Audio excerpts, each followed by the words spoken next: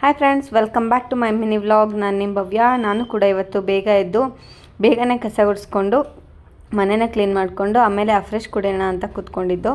ಅಫ್ರೆಶ್ನೂ ಕೂಡ ರೆಡಿ ಮಾಡ್ಕೊಂಡ್ವಿ. ನೆಕ್ಸ್ಟು ನಾವು ಇವತ್ತು ಚಪಾತಿ ಮತ್ತು ಪಲ್ಯ ಮಾಡಬೇಕು ಅಂತ ಬೀಟ್ರೋಟ್ ಪಲ್ಯ ಮಾಡೋದಕ್ಕೆ ಎಲ್ಲ ಹೆಚ್ಕೊಡ್ತಾ ಇದ್ಲು ನನ್ನ ತಂಗಿ ಕೂಡ. ಸೊ ನಾನು ಬೀಟ್ರೋಟ್ ಪಲ್ಯ ಮಾಡಿಕೊಂಡು ಈ ಕಡೆ ಚಪಾತಿನೂ ಕೂಡ ಮಾಡ್ಕೊತಾ ಇದ್ದೆ.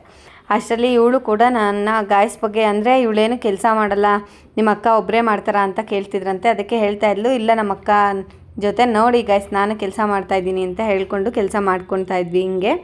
ಅದಾದಮೇಲೆ ನಾನು ಕೂಡ ಪೂಜೆ ಮಾಡೋಕ್ಕೆ ಸ್ಟಾರ್ಟ್ ಮಾಡಿಕೊಂಡೆ. ಬೇಗ ಪೂಜೆ ಮಾಡಿಕೊಂಡು ಆಫೀಸಿಗೆ ಲೇಟ್ ಆಗುತ್ತೆ ಅಂತ ಹೊರಟಿದ್ದು. ಯಾಕೆಂದರೆ ಇವಾಗ ನಾನು ಆಫೀಸ್ಗೆ ಹೋಗ್ತಿದ್ದೀನಿ.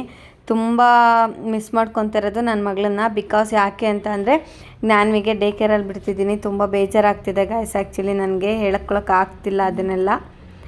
ಇವಾಗ ನಾನು ಕೂಡ ಜ್ಞಾನ್ವಿನ ಸ್ಕೂಲ್ ಹತ್ರ ಡ್ರಾಪ್ ಮಾಡಿದೆ. ಸೊ ಅಲ್ಲಿಂದ ನಾನು ಜ್ಞಾನ್ವಿನ ಡ್ರಾಪ್ ಮಾಡಿ ಹಂಗೆ ಆನ್ ದ ವೇನಲ್ಲೇ ಹೋಗ್ಬೇಕಂದ್ರೆ ನನ್ನ ತಂಗಿನೂ ಡ್ರಾಪ್ ಮಾಡಿಬಿಟ್ಟು ಹೋಗ್ತೀನಿ. ಸೊ ಒಂದೊಂದು ಸರ್ತಿ ನೆನೆಸ್ಕೊಂಡ್ರೆ ತುಂಬ ಬೇಜಾರಾಗುತ್ತೆ. ಮನೇಲೇ ಇದ್ದು ಇವಾಗ ಜಾಬ್ಗೆ ಹೋಗ್ತಿದ್ದೀನಲ್ವಾ. ಸೊ ಒಂಥರ ಈವ್ನಿಂಗ್ ಬಂದ ತಕ್ಷಣ ಟಯರ್ಡ್ನೆಸ್ ಇರುತ್ತೆ. ಆಫೀಸಲ್ಲಿ ಕೂಡ ಫ್ರೆಶ್ ಯೂಸ್ ಮಾಡ್ತಾಯಿರ್ತೀನಿ. ಅವಾಗ ತುಂಬ ಚಳಿ ಆಗ್ತಾಯಿತ್ತು ಅಂತ ಫುಲ್ ಕವರಿಂಗ್ ಮಾಡ್ಕೊಂಡು ಹೋಗ್ಬಿಟ್ಟಿದ್ದು. ಅಷ್ಟರಲ್ಲಿ ನನ್ನ ತಮ್ಮ ಕೂಡ ಊರಿಂದ ಬಂದ. ಅವನನ್ನು ಪಿಕ್ ಮಾಡೋಣ ಅಂತ ಹೇಳ್ಬಿಟ್ಟು ಅವನ್ನ ಅಲ್ಲಿಗೆ ಕರೆಸ್ಕೊಂಡಿದ್ದೆ. ಬಂದಿದ್ದ ನೋಡಿ ಗೈಸ್, ಯಶು ಬಂದಿದ್ದಾನೆ ಊರಿಂದ.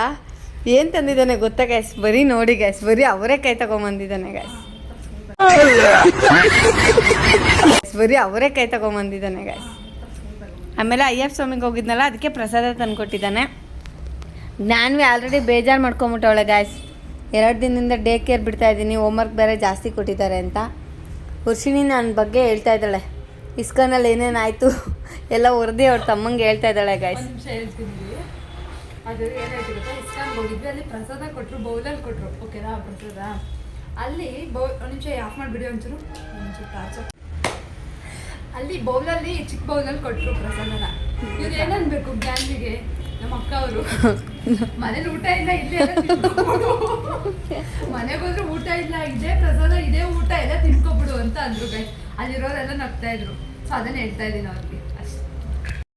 ಸೊ ನಾವು ಕೂಡ ಅವರೆಕಾಯಿನೆಲ್ಲ ಸುಲಿದು ನಾಳೆಗೆ ನೆನೆ ಹಾಕೋಣ ಅಂತ ಹೇಳ್ಬಿಟ್ಟು ಎಲ್ಲ ಸುಲಿದೆತ್ತಿಟ್ಕೊಂಡಿದ್ವಿ.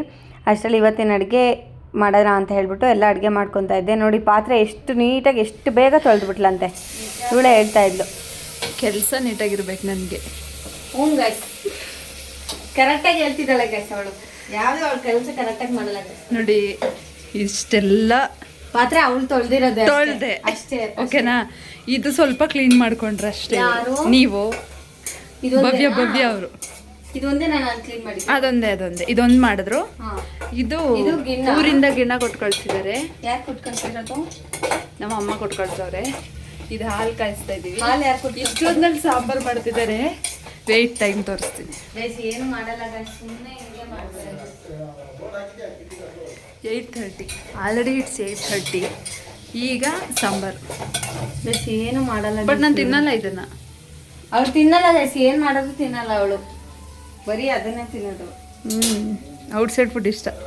ತಗೊಳ್ಳಿ ಮ್ಯಾಮ್, ಇದೆ ನೋಡಿ ತೋರಿಸಲ್ಲ.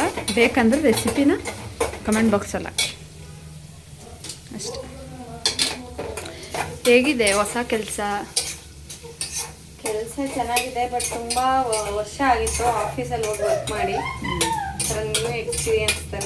Full stress guys. ಅಕ್ಕ ಅವರು stress life after long gap. ಅದು ಸ್ವಲ್ಪ ಲಾಂಗ್ ಗ್ಯಾಪ್ ಆಗಿರೋದ್ರಿಂದ ಸ್ವಲ್ಪ ಸ್ಟ್ರೆಸ್ ಅಂತ ಅನ್ನಿಸ್ತಾ ಇದೆ.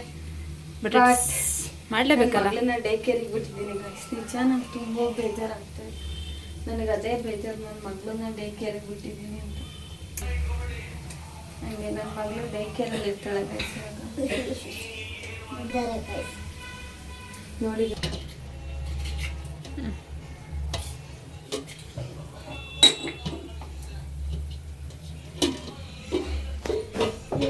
ಸೊ ಇವತ್ತಿಗೆ ನಾನು ಈ ಲಾಗ್ನ ಎಂಡ್ ಮಾಡ್ತಾ ಇದ್ದೀನಿ. ನೆಕ್ಸ್ಟ್ ಲಾಗಲ್ಲಿ ಸಿಗ್ತೀನಿ. ಯಾರೆಲ್ಲ ಸಬ್ಸ್ಕ್ರೈಬ್ ಆಗಿಲ್ಲ ಸಬ್ಸ್ಕ್ರೈಬ್ ಮಾಡಿಕೊಡಿ, ಲೈಕ್ ಮಾಡಿ, ಕಮೆಂಟ್ ಮಾಡಿ, ಶೇರ್ ಕೂಡ ಮಾಡಿ. Thank you.